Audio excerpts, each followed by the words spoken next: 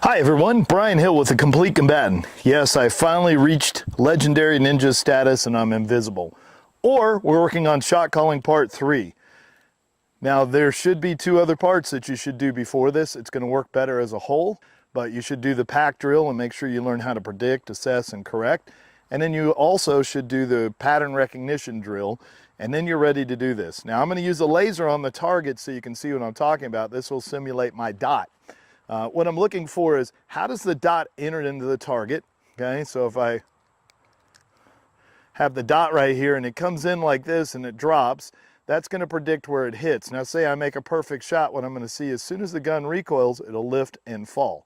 And then I'd be able to call that a perfect hit. Of course, aiming's never quite like this. We know from the predict assess, so it may be more bang. Wherever it lifts from is where the shot hit. Let's see that again. Made a loop, and then right here it started to lift. So we would call it an alpha, but it would be to the 9 o'clock position. But what if I have a Charlie? Okay, that would be a far Charlie, probably at 8 o'clock. That's what I'm looking for in my sights. Now I'm going to shoot this also, and what I'll do is mark it on the target. You should shoot 3 groups of single draws 3 times.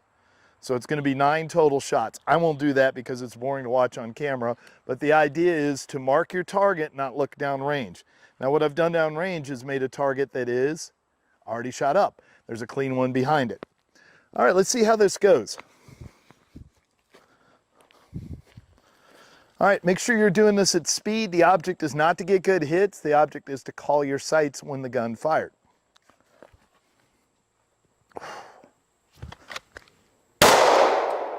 All right, so when the gun fired, I believe that to be right here. That's going to be number 1. All right, so it's a low near Charlie. We're going to call that 7 o'clock, number 1. Okay, now let's do the secondary shot. Pretty good shot. I believe it lifted in the alpha, and it's a 2 right there. Okay, now let's do the 3rd shot. All right, that's going to be a good shot. Everything's settled. The draw went well. I'm going to call number 3 right there. So that'd be my first string of 3, and I do this 3 times. Now, if I don't see anything, the signal for that is to put a question mark. You need to say that clearly. I did not see anything. I don't know what the relationship between the sights and the target were. If you start addressing your brain like that, it'll pay attention. All right, let's pull this down.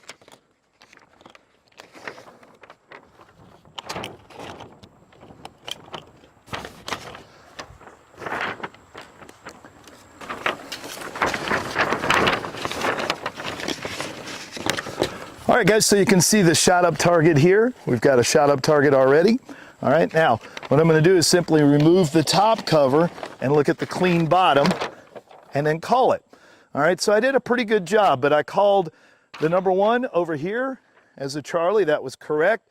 I called number 3 as a dead alpha, and I saw a little bit more movement in number 2 than was possible. It was a better shot. I find people tend to be optimistic or pessimistic. Probably be a bit better to be pessimistic than optimistic in your shooting. What means is if I thought that was any further, I probably would have made a makeup shot in that. Pessimism allows us to say that that's not good enough, but we would say overall this is good enough. I do this 3 times. Now that's a very good shot calling because I've been working on this for a long time. Doesn't always work. There may be 1 out of every 3 that you just don't see, and that's where you want to be. If you're going at a pace fast enough, you're going to recognize that you don't see things as well as you think you do. What we're really trying to do is see the sights relative to the target. I'd go back, I'd shoot the next 3 and the next 3. Now, if everything was as good as this, I know I can go faster.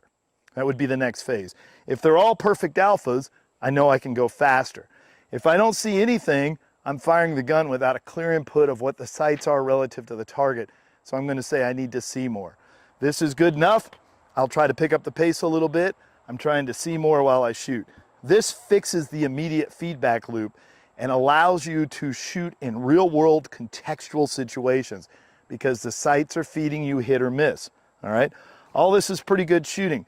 I was a little far out on this. I knew that I had missed and I could simply make up that shot. All right, and that's the idea of shot calling on clean. Part 4 is going to take this to the next level where we'll be doing it at speed with multiple shots. Okay, guys, I hope that helps you out. This is a really good way. Remember, pack drill, get the pattern recognition and what it looks like in recoil, watch the sights lift, call it relative position, know that it's a probability, not an exact science, and that's going to get you pretty far down the line. Look for part 4 and we'll work on that. As always, guys, measure, refine, and perform. I'm Brian Hill with The Complete Combatant.